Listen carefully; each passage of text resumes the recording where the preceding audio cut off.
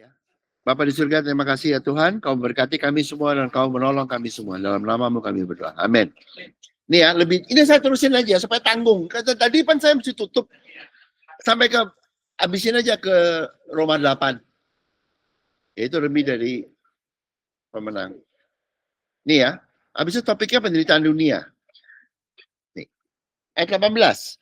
Sebab aku yakin bahwa penderitaan zaman sekarang ini tidak dapat dibandingkan dengan kemuliaan yang akan dinyatakan kepada kita. Ya, jadi gini ya, yuk mesti ngerti ya di Alkitab sama Tuhan. Lu mati yuk, gue beri kebangkitan. Dia nggak cabut kematian loh. Hukum Taurat berat Tuhan. Kepalanya orang Yahudi pan geduk-geduk di ratapan toh. Hukum Taurat berat banget Tuhan, kasih Mesias, kuduk di meja di tembok tuh. Kepalanya pan dijedukin sendiri. Itu komplain loh itu. Minta ke Tuhan. Hah? Iya minta itu sebetulnya capek hidupnya menjalankan hukum Taurat, ya toh, dan minta Mesias cepat datang. Itu begitu. Itu ya. Dan Mesias itu datang, ilmunya tafsirnya Yahudi adalah kalau bait Allah dibangun. Makanya kayak begitu, makanya ditembok. Ya itu permintaan, ya macam-macam. Oke.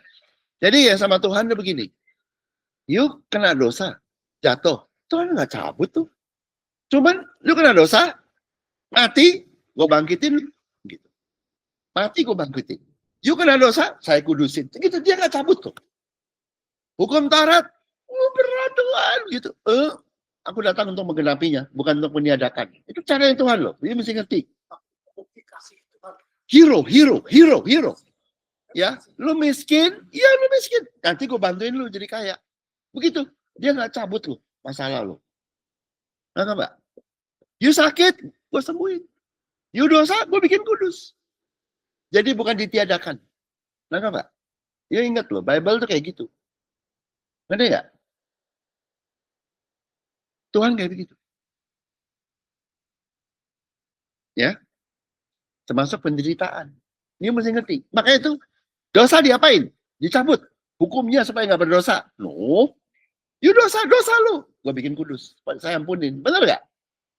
Mati. Tuhan, maka mau mati Tuhan. Enggak, mati lu. Nggak apa-apa. Mati. Gue bangkitin. Ngerti nggak? Nangkap nggak? Caranya begitu Tuhan.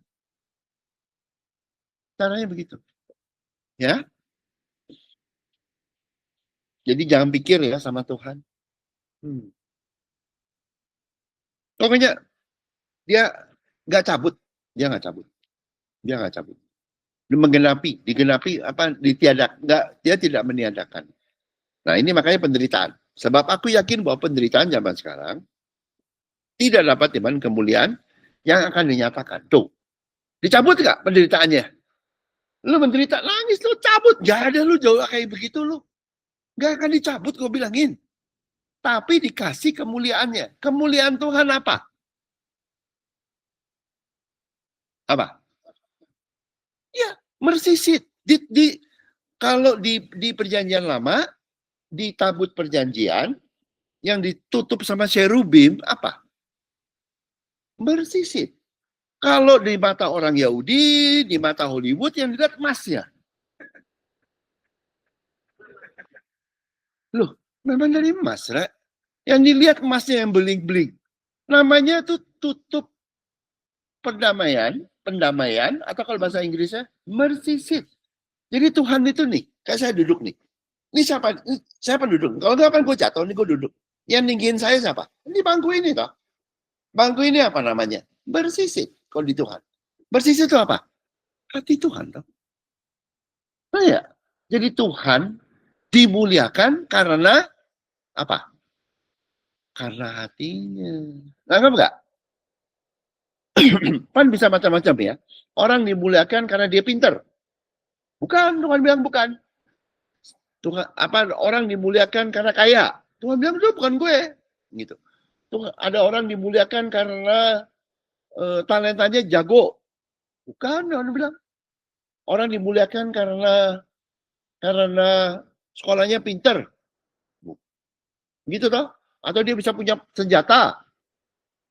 Tuhan, no. Tuhan bilang, saya dimuliakan karena hatiku. Mercy, yang berbelas kasihan. Yang ngerti gak? Jadi Tuhan bilang, saya dimuliakan karena satu hal, karena hatiku baik, yang berbelas kasihan. Makanya gini, lihat. Bahwa penderitaan zaman sekarang tidak dapat dengan kemuliaan. Oh, the glory-nya Tuhan itu apa? Kalau di Hollywood bilangnya apa? Ada petir, ya. Ada petirnya, gitu toh. Petirnya yang hebat, gitu toh. Tuhan bilang, no, di Bible, no. Singgasananya Tuhan adalah tahta tutup perdamaian, atau kalau di perjanjian baru menjadi tahta kasih karunia. Ya, nangkep Pak? Jadi yang memuliakan Tuhan artinya, kalau you baca di Alkitab, kata dimuliakan, artinya apa? Tuhan dimuliakan karena hatinya yang bersih dan grace. Seperti di hari ke-7.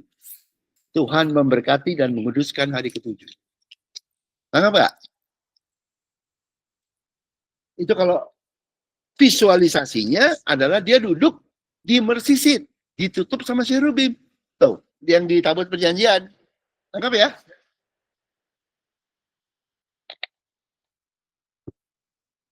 Dan orang Israel, kan saya sampaikan, bisa masuk tanah perjanjian, caranya gimana? Menjunjung tabut perjanjian. Artinya apa? Hati Tuhan yang berbelas kasihan di mana? Diinjak-injak gitu atau di atas? Ditinggikan, toh?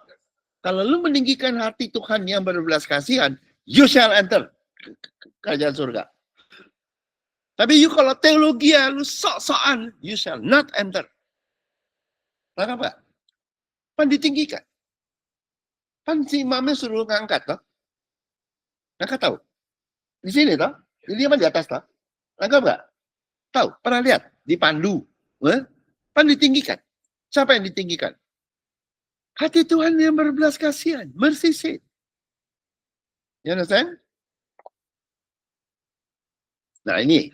Penderitaan zaman sekarang tidak dapat dimana dengan kemuliaan yang akan dinyatakan. Kemuliaan Tuhan akan dinyatakan. Apa itu? Kemuliaan Tuhan akan dinyatakan di bumi. Apa? Apa?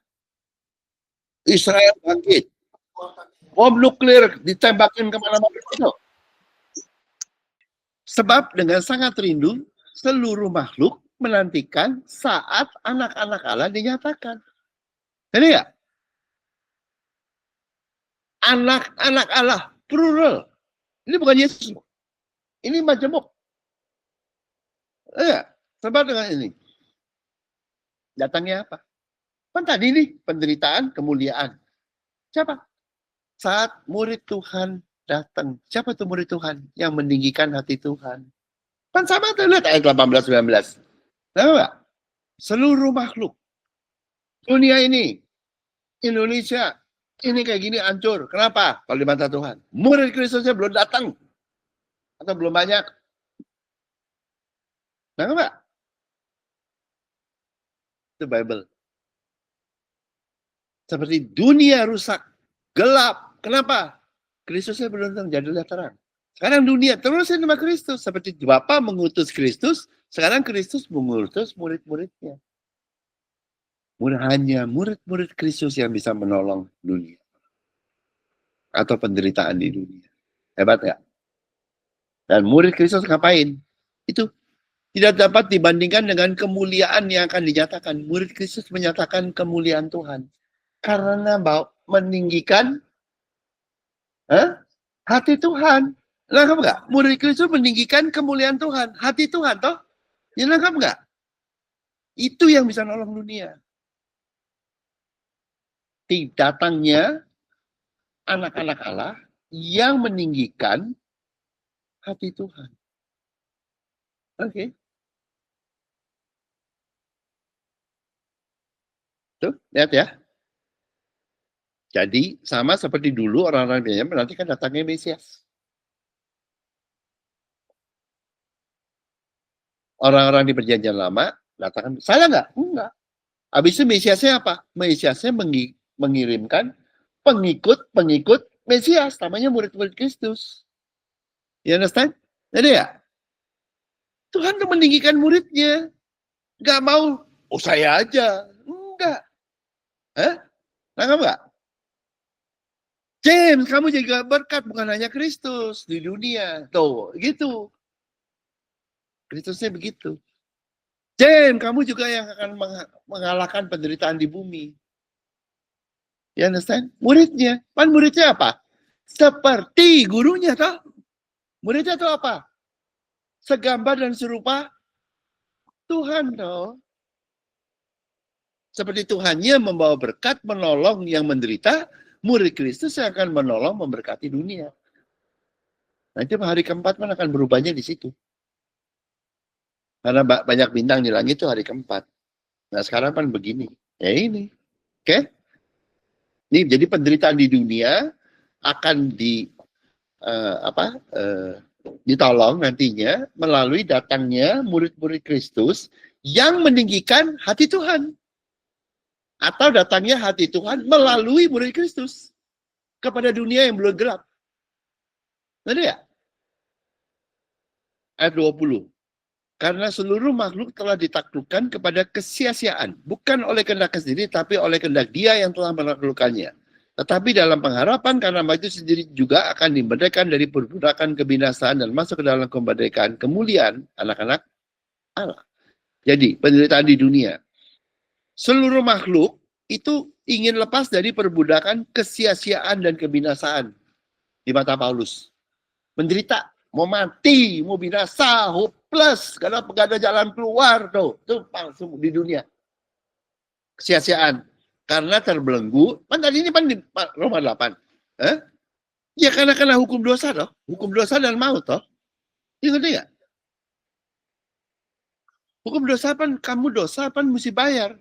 Yang saya udah pernah preaching toh, sampein toh. Gigi, ganti gigi. Gak sadar Tuhan, saya nyerempet. Bayar, gitu toh. Lo bener gak? Di Jakarta, di Indonesia juga sama toh. Tuhan gak sama polisi. Saya gak sadar mobil polisi gue hajar. Gue tabrak.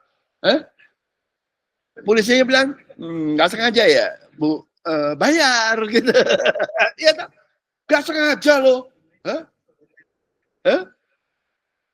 Kalau di daerah lu nggak sengaja ayamnya tak giles, gayar. Pokoknya kan begitu. Nggak sengaja kayak di Leviticus. Makanya jadi miskin.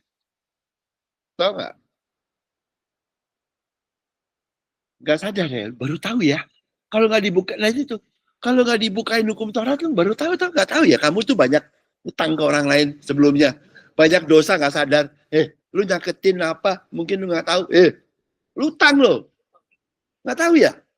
Nah itu tuh hukum Taurat tuh bukain. Sadar akan dosa. You pikir bagus ya? Lupa ya, nggak sadar nyakitin orang. Nggak sadar bikin orang lain rugi. Baru tahu toh?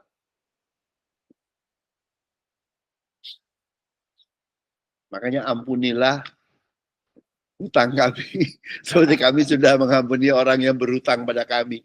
Dunia itu miskin tuh itu. Karena bikin masalah di mana-mana. Nggak sadar ya? Lu nggak sadar ya? Lu bikin masalah orang lain lu.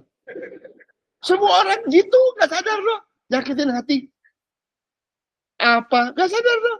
Di Taurat lu udah kena semua loh. Tapi di Tuhan, banyak. Jadi, kamu diganti posisinya.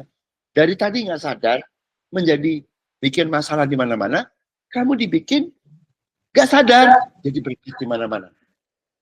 Karena megang hati Tuhan. Di mana tabut perjanjian ada, tempat itu diberkati. Gini, cuman begini. You tahu nggak? Nggak sadar ya? Ya iya, itu hukum Taurat bikin sadar. Tapi nggak bisa apa-apa. Karena hukum dosa dan maut, di mana-mana bikin masalah. Nih, sebab kita tahu bahwa sampai sekarang segala makhluk sama-sama mengeluh dan sama-sama sakit. Iya. Sakitnya kenapa? Lu nyakitin orang lain, jadi lu utang orang lain. Habis itu orang lain nyakitin kamu. Oh, tapi orang lain utang, tapi dia nggak bayar lagi. Tuh, gitu nggak? You understand? Itu gitu. Makanya ampunilah kami yang kesampaian akan hutang kami, bukan kesalahan kami loh. Seperti kami sudah mengampuni orang yang berhutang. Sama Tuhan hanya bisa beresin. Lu terima hati Tuhan, sehingga kamu menjadi berkat dan memberkati orang lain, ya toh? Dan begitu banyak sehingga pertama, kamu nggak jadi sumber kutuk. Yang kedua, kamu diberkatin terus. Sampai dan memberkati orang lain secara tanpa sadar loh. Di mana kamu berada? Tanpa sadar. Tabut perjanjiannya itu kan di tempat Obed Edom, semua diberkati toh. Hah? Nah tabut perjanjian sekarang siapa? Yang meninggikan mersisit. Tabut perjanjian memang meninggikan hati Tuhan toh, mersisit. Siapa? Ya murid Kristus. Tabut, di mana kamu berada kamu memberkati. Tanpa sadar. Tabutnya nggak sadar. Yang penting mersisitnya berkati kok. Iya, di atas tabut toh. Lihat, itu kan kotak. Kotaknya nggak peduli, itu. Terus ada cherubim, pembersihnya paling tinggi. Kamu meninggikan itu, kamu berkati dimanapun kamu berada. Tuh, dibalik. Ya. Nah itu, makhluk-makhluk itu kayaknya gini kenapa? Mana, jalan keluarnya gimana? Gitu, bingung. Sebenarnya menunggu, kalau di mata Paulus, menunggukan datangnya murid Kristus.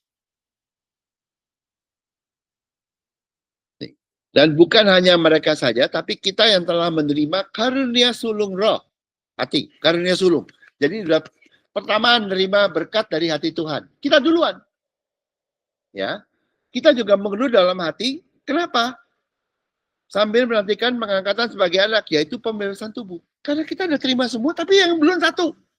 Tubuhnya masih tubuh lama. Masih bisa sakit pinggang. Bener. Iya, kan tubuh. Kan belum. Ya, menderita. Dicabut nggak? Enggak, Mbak Tuhan. Sampai tubuh kita nanti gitu loh. Jadi nggak langsung. Gitu. Ayat 24, sebab kita diselamatkan dalam pengharapan. Tetapi pengharapan yang dilihat bukan pengharapan lagi. Sebab bagaimana orang masih mengharapkan apa yang dilihatnya. Jadi kita mengharapkan apa yang kita tidak. Kita akan menantikan dengan tekun. Buat saya ini artinya begini. Murid Tuhan tidak bergantung pada mata lahiriah mereka. Kalau dunia, banyak yang begini. Tuhan, kirimin gue duit, baru gue percaya. Tuh. Kalau gue belum ini, masih gak percaya. Dia pengen mata. Manusia begitu. Jahat. Hah? Udah bukti. Tuh. Jadi sebetulnya Tuhan mereka adalah mata mereka. Bukan Tuhan. Mau lihat. Baru percaya. Tapi murid Kristus, kita mengharapkan apa yang kita tidak lihat. Artinya, tidak bergantung pada itu. Bergantung pada tekun. Ya, bergantung bukan pada mata. Ngerti nggak? Ngerti nggak? Ngerti nggak? Kecaplah dan lihatlah. Mata tuh melihat, bukan mengecap toh. Ngerti toh? Ngerti nggak? Mata tuh untuk kecap atau untuk melihat? Enggak. Ngecap dulu. Baru kamu bisa melihat. Ngerti ya? Makanya dalam loh Bible. Kalau orang-orang agama pengennya ngelihat, mengerti, ngelihat gitu loh semuanya. Ketawa deh, kaget toh. Kan baca ayatnya kan begitu, kecaplah baru melihat toh. Nah ini kan dia nggak bilang yang tidak kita lihat. Dia mengandalkan mengecap. Apa?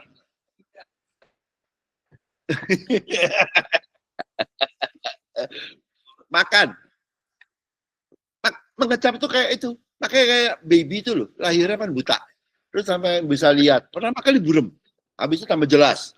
Black and white. Terus jadi color. Terus tambah tajam. Kan begitu. Dengan tapi ininya ngecap. Makan. Makanya tuh buah gitu loh. Ya. Jadi penderitaan di dunia, seluruh makhluk menantikan datangnya murid-murid Kristus.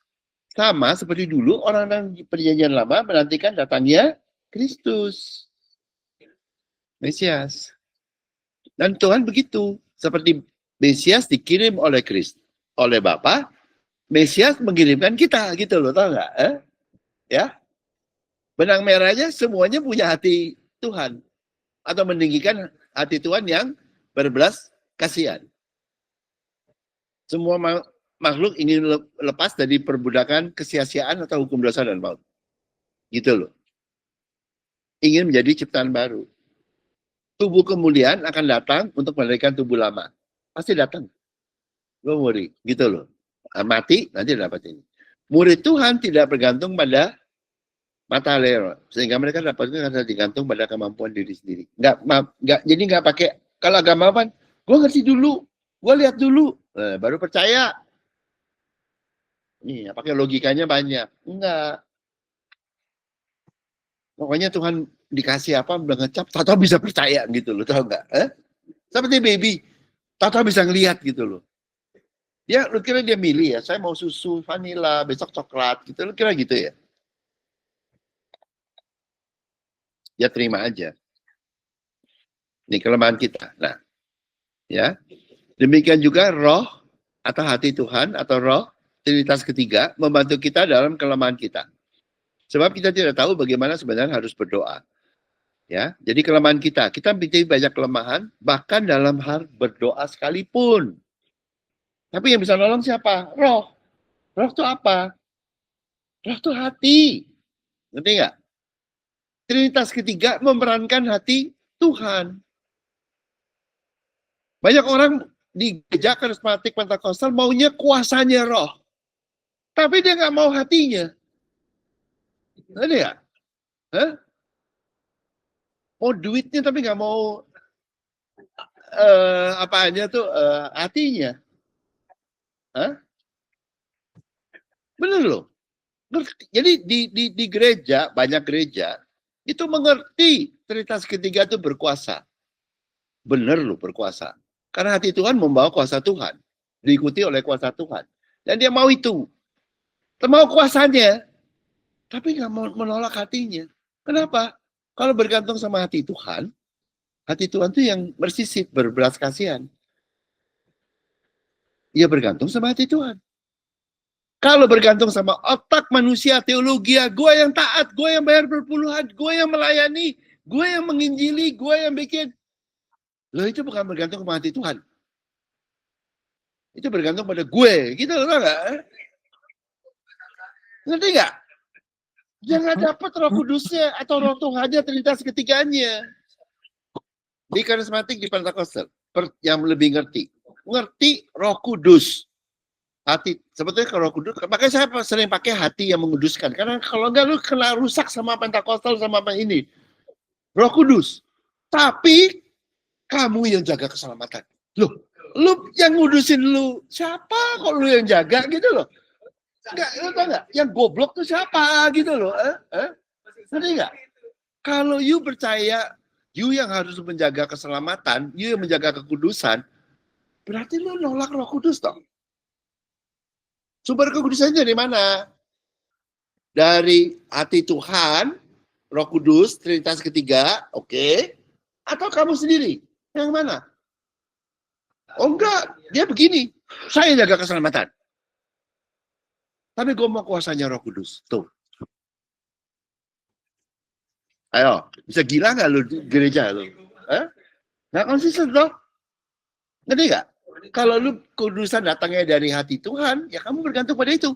Kamu nggak akan ngoceh macam-macam. Kalau bergantung, kalau kekudusan datangnya dari dirimu, lu jangan minta kuasanya Tuhan dong. Nah, Pak? You ngerti nggak? Pinter-pinter gobloknya gereja tuh. Goblok atau pinter tuh?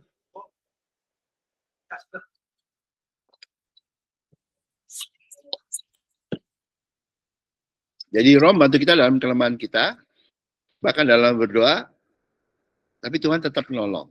Ya, asal mau gini. Makanya kenapa banyak orang Kristen doanya nggak dijawab tuh? Dia dalam otaknya, saya yang jaga keselamatan. Saya udah bayar berapa puluhan, karena itu Tuhan harus bayar balik berupa berkat. Lu kira kedua kayak gitu dijawab Tuhan ya? Hah? Udah jual beli, ngenyek Tuhan, harga Tuhan sekian ya. Lu baru kasih perpuluhan 1 juta aja udah kemaki lu. Lu kira Tuhan cuma nilainya 1 juta? Hah? Udah nuntut lagi. Gile lu. 1 jutanya rupiah lagi. Aduh. Udah gak lu? Kelemahan gak sadar lu. Gila lu. Hah? Apa? Nah itu makanya tuh kelemahan kita. Nggak ngeh. Udah gitu klaim. Buset. Lu kira asuransi ya? Lu klaimnya, lu bayar premi apa? Gua klaim Tuhan. Gila lu. Dengan mulut, dengan hati, teriak, klaim, jingkrak, makin kencang. Hah? Ngeri ya, udah tahu ya. Tapi ya udah gak Tuhan nggak apa-apa. Ini benar, itu kelemahan manusia tuh loh. Sebetulnya cara menerima Roh Kudus, Roh Allah. Lu terima hati Allah. Apa tuh hati Allah? Ya hari ke-7. Aku mau memberkati, menguduskan kamu. Gak usah minta apa-apa. Terima aja. Mau. Udah itu kamu terima hati itu gitu loh. Ngerti gak? Gak usah lu bahasa roh segala macam. Gak ada urusan.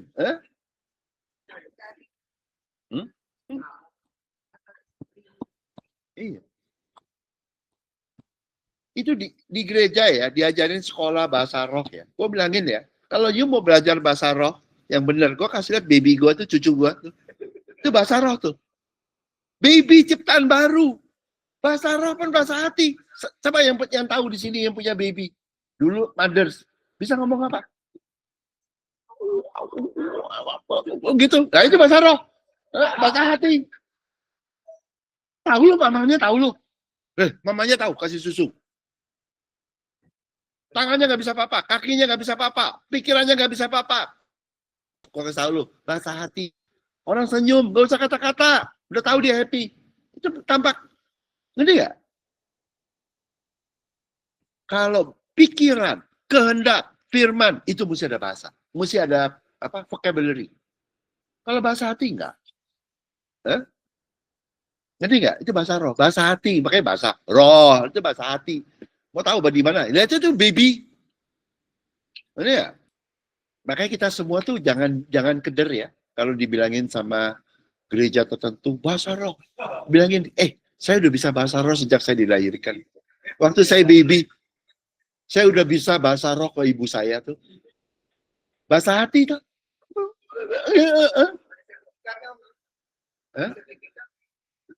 Bener loh. Istilah Tuhan tuh udah genapin semua. Jangan minder. Saya nggak bisa bahasa roh. Saya kasih tahu. Waktu you lahir, you bisa bahasa apa? Ke orang ke ibumu. Bahasa roh, saya bilang bahasa hati. Kamu nangis ketawa. Belum bisa ngomong. Ibunya tahu tuh, bapaknya tahu tuh artinya. Simpel ya, Bible ya. Nah, Allah yang menyelidiki hati nurani, bukan pikiran, hati. Tuh. Pendek toh? Mengetahui maksud roh itu. Di mana? Hati, bukan di sini. Nih, teologi, pendidikan semua di sini nih. Nangkap nggak? Hati. You menerima hati Tuhan di mana? Di hati. Udah. Bahwa ia sesuai dengan kehendak Allah, tuh. Iya, Yesus mewakili kehendak. Jadi Trinitas ketiga mewakili hati Tuhan yang mau berbelas kasihan kepada kamu. Dia yang pabrik berkat, sumber berkat, mau kasihan sama yang kurang berkat.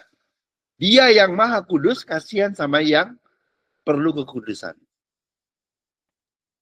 Kemudian pikiran, kehendak. Nah itu lain loh. Pan Tuhan, hati, itu Trinitas kedua, Yesus mewakili kehendak. Ya, berdoa untuk orang-orang kudus. Siapa yang didoain? Hah? Setan? Hah? Agamawi? Orang kudus. Artinya apa? orang yang sudah menerima hati Allah yang mau menguduskan. Benar nggak? Padahal banyak kelemahan. Tapi Yesusnya bekerja untuk siapa? Untuk semua orang. No, no, no. Kalau you percaya teologiamu, you percaya perpuluhanmu, go ahead. Lu nggak lagi nolak hati Tuhan. Yesusnya bilang, silakan. Om Jember jadi kudus karena kenapa? Karena Tuhan, toh. Berarti dia sudah menerima hati Tuhan yang menguduskan, toh.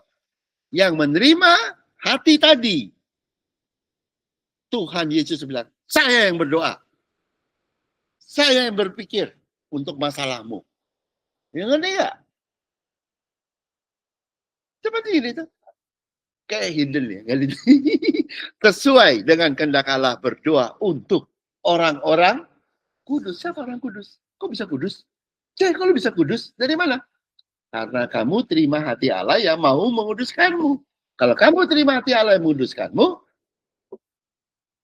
Tuhan Yesus bilang, oke, kehendak Yesus sebagai Trinitas kedua, mewakili pikiran Tuhan, kehendak Tuhan, saya yang berdoa untukmu.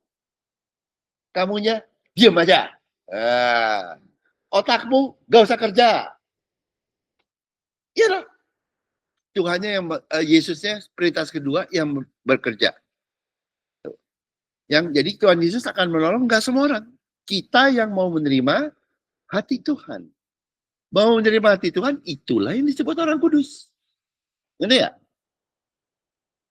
Hati Tuhan adalah hati yang mau menguduskan kita seperti di hari ke-7. Ngerti? Ngerti nggak? Saya nggak tahu dari dulu, saya tahunya tuh dulu kalau orang Pentakosta sangat bangga, kita dibaptis selam. Iya, bangga ya. Selam gitu toh. Benar nggak? Yang lain percik tuh. Benar nggak? Yesus dibaptis selam.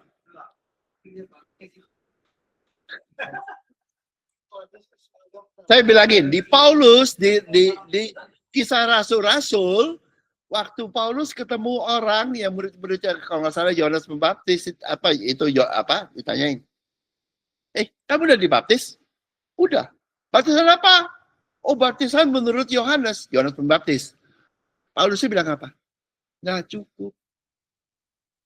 Jadi yang doktrinnya Pentakostal segala macam baptisan selam. Kalau di Alkitab bilangnya apa? Nggak cukup. Ini nggak? Tahu artinya nggak cukup itu apa?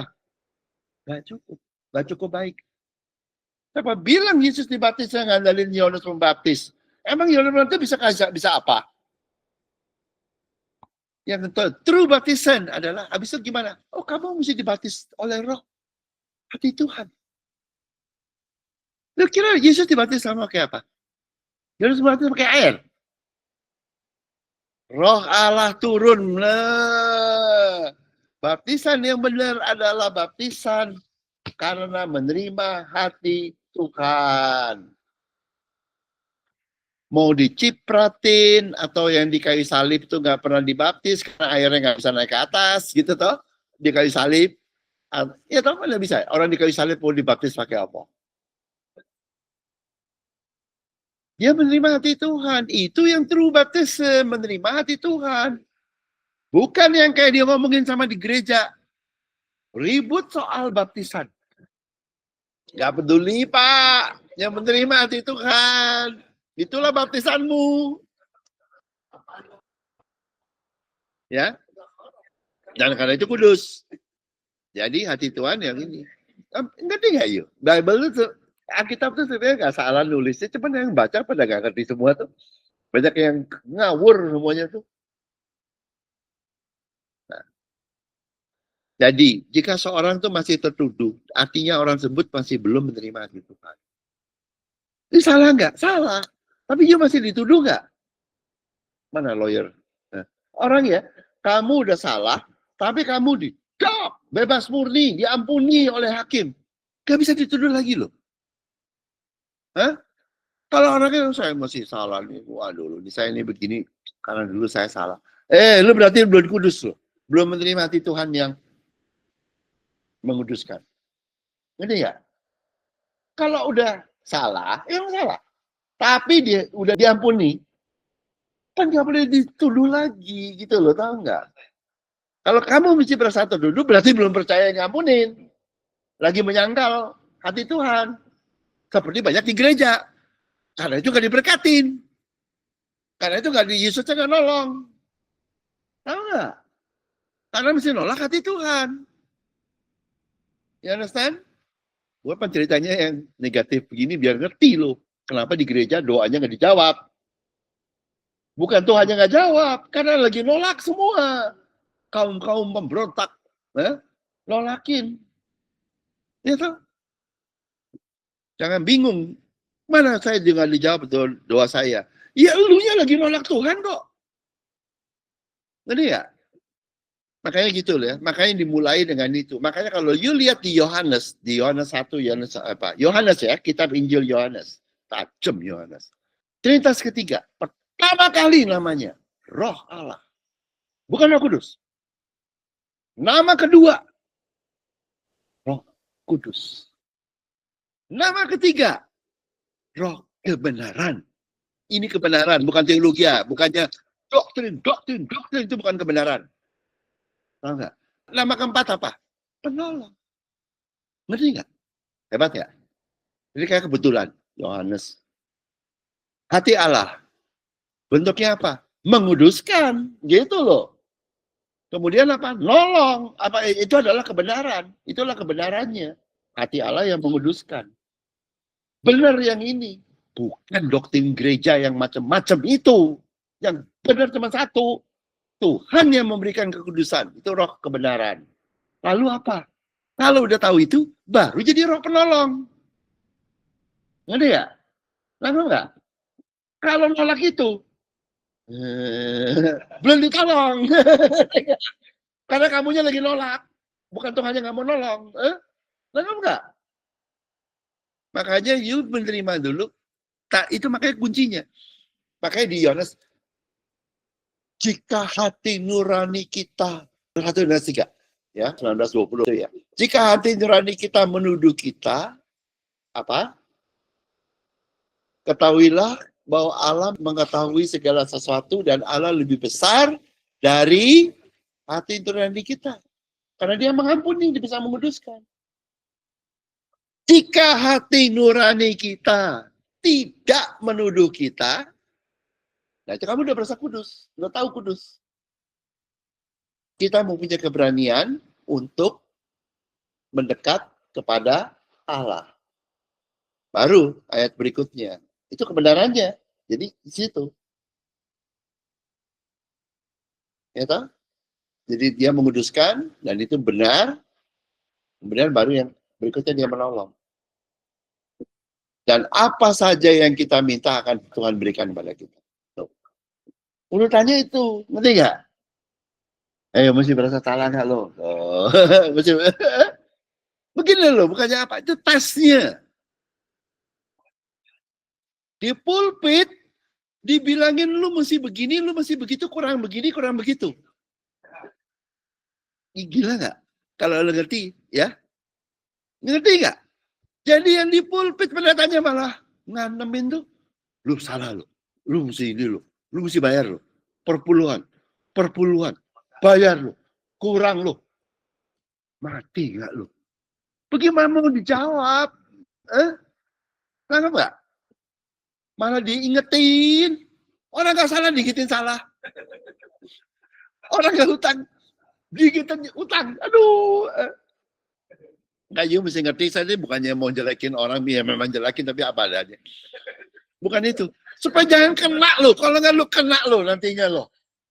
Kalau nanti lu dengerin di KKR, lu dengerin di YouTube, langsung lu berasa salah. Gue bilang ya udahlah kalau lu begitu, tapi jangan bilang nanti kalau doanya nggak dijawab, jangan marah ya. Gue bilangin lo. Itu kondisinya. Kalau nolak hatinya Tuhan, ya nggak dipapat pikiran dan berkatnya. Kalau nerima hati Tuhan, yang pertama dia lakukan dia menguduskanmu.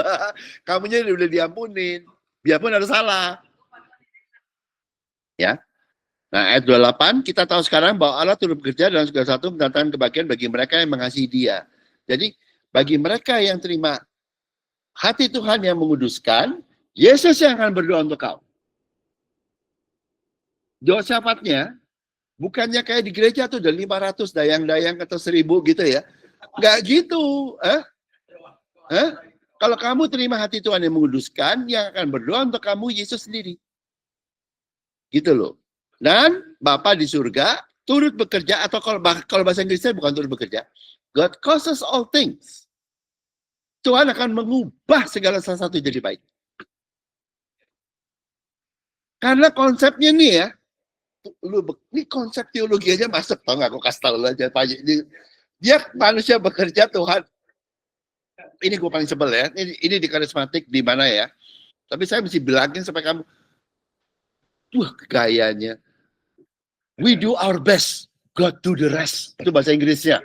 Kita berbuat yang terbaik, Tuhan yang sampahnya beresin. Gak ada ayatnya. Adanya God do everything, gitu loh, tau gak? Itu keren banget loh. Di karismatik tuh. Teologinya. Itu. We do our best. God do the rest. Gitu. Ini Allah turut berjalan dalam segala sesuatu mendatangkan kebahagiaan.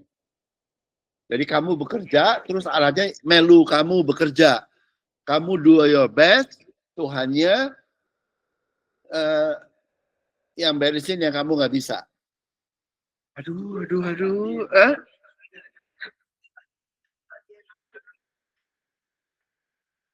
Tapi kalau bahasa Inggrisnya aslinya, God causes all things. Jadi Tuhan membuat segala sesuatu menjadi kebaikan bagi mereka yang mengasihi Dia. Lain loh. Artinya apa segala sesuatu jadi kebaikan? Segala sesuatu di dunia ini kan banyak buruk, banyak penderitaan. Tuhan bilang gue jadiin baik untuk kamu. Jadi ya, kadang-kadang kalau di gereja tuh ya, dapat sial. Bukan sial ya, dapat kesulitan. Ya, saya bukan sial, ya whatever lah. Ya, bisa sial, bisa apa namanya orang kena itu. Oh, Tuhan punya rencana. Gak ada loh. God is the Father of light. All good datang dari Dia. Dibilangin, kamu ketabrak mobil. Ya. Oh, Tuhan punya kebaikan. Kepala lu hilang. Oh, Tuhan. Gila benar gereja. Tuhan punya rencana. Cuman kamu nggak tahu aja. Nggak ada loh itu. Ngerti ya? Kalau ada orang jahat, ya, jadi bukan sial, ada orang jahat, ya, fallen world, ada orang jahat bikin kamu dijahatin, itu bukan rencana Tuhan. Itu bukan dari Tuhan, itu iblis. Atau dari, memang dunia jatuh. Ngerti nggak? Ngerti nggak? Itu bukan dari Tuhan. Kalau di gereja dibilangin, Tuhan punya rencana. Pakai gemeter-gemeter ngomongnya gitu. Hah? Kamu dapat musibah. Dibilangin Tuhan punya rencana. No. Tapi yang benar adalah, yang buruk itu, Tuhan bilang, gue bisa jadiin baik. Gitu loh. Kamu debu, jadi bisa jadi manusia. Ini problem bisa kayak begitu, lain loh. Mengubah sesuatu yang debu pun jadi ini. Sampah bisa jadi pohon. Begitu. Karena pencipta. Itu bedanya. Jadi bukan kalau dapat hal buruk, jangan pikir kayak orang Calvin ya. Ya, bilang, wah Tuhan punya rencana ya. Saya dapat buruk, makin baik gitu. Lu jangan mintain kayak begitu aja, gue bilangin loh.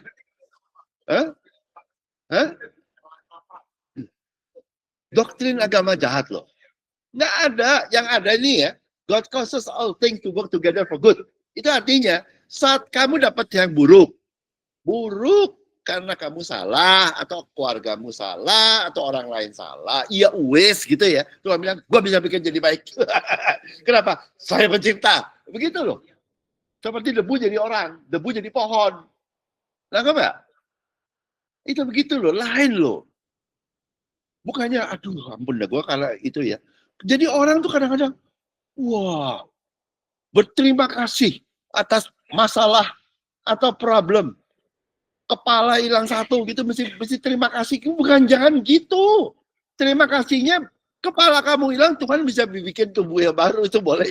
Bukan kepalamu hilang itu yang diterima kasihin. Nangkap nggak? Nangkap nggak bedanya? Hah? Nangkap nggak? Karena Tuhan bisa bekerja betul. Tapi bukan rencana. Emang Tuhan rencananya begini. Manusia kita bikin jatuh dalam dosa. Nanti gue selamatin. Lu kira rencana Tuhan? Hah? Saya jatuhin dulu baru saya tolong. Supaya dia terima kasih sama saya. Lu gila ya? Lu kira rencana Tuhan kayak begitu? Ini orang saya bikin sakit dulu. Sampai mau mati. Baru saya sembuhin. Nanti dia terima kasih. Itu rencana Tuhan.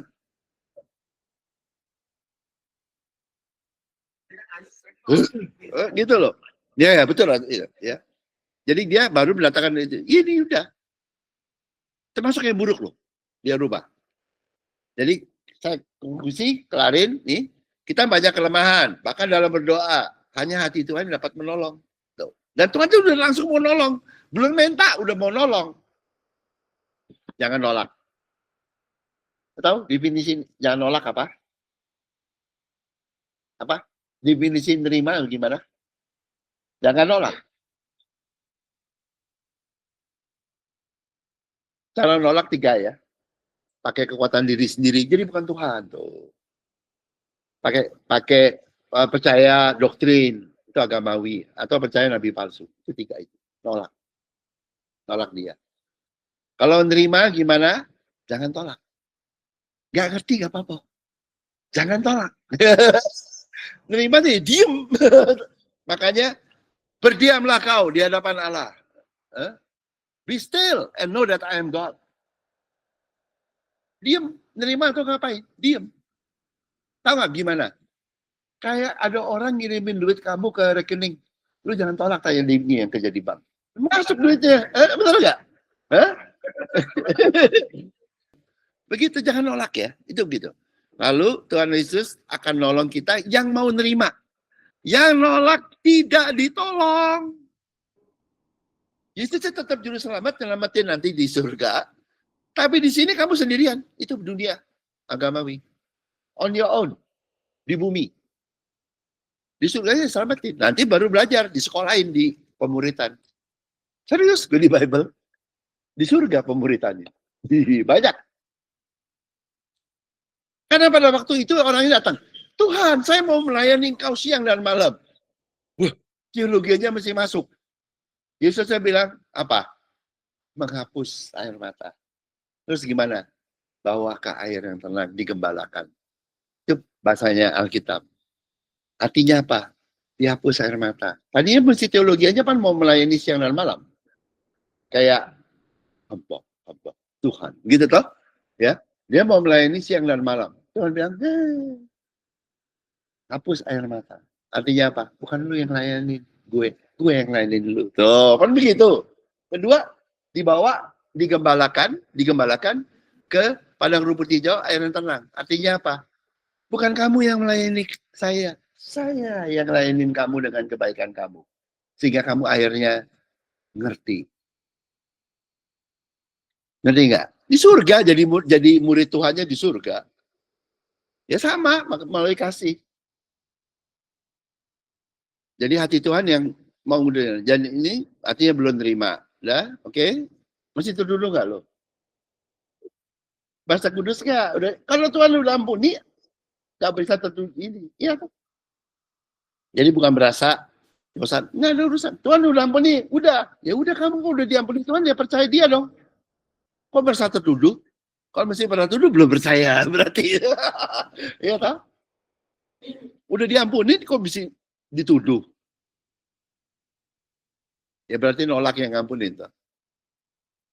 Bapa di surga akan menggunakan kuasanya. Jadi gitu ya. Dan ini langsung Tuhan yang bekerja, Yesus yang bersyafaat, bukan 1000 pendoa syafaat, bukan Yesus sendiri. Ya. Ya. Novita, oke ya, satu orang cukup toh. Yesus yang berdoa gitu. Satu aja gitu. Pendoa syafaatnya siapa? Yesus. Enggak 1000. Ya, akan menggunakan kuasanya untuk mengikuti kehendak Kristus untuk menolong kita dalam segala hal. Makanya di gereja ini saya nggak ada pendoa syafaat. Nggak perlu. Gua nggak butuh. Gue punya satu Yesus saja. Lu mau nambahin apa? Dia udah cukup kok. Makanya di doa ini nggak ada. Gue nggak pernah minta ada Rosma pendoa syafaat. Nah.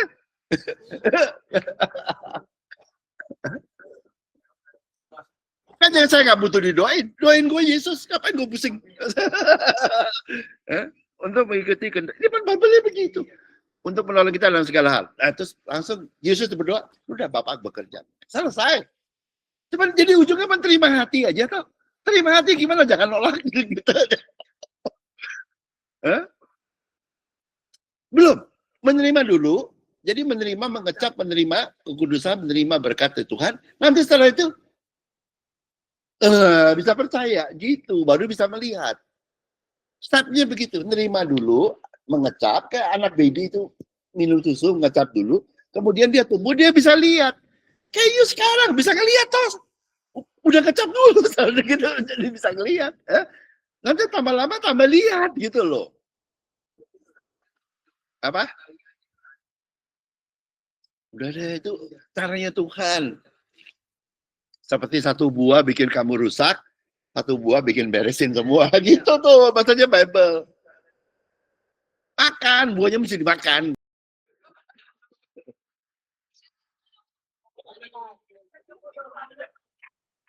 Oke, tutup ya. Bapak juga terima kasih ya Tuhan karena kasih setiamu. Kau berkati kami dan kau selalu makasih. Terima kasih ya Tuhan karena kebaikanmu. Dalam nama kami berdoa. Amin.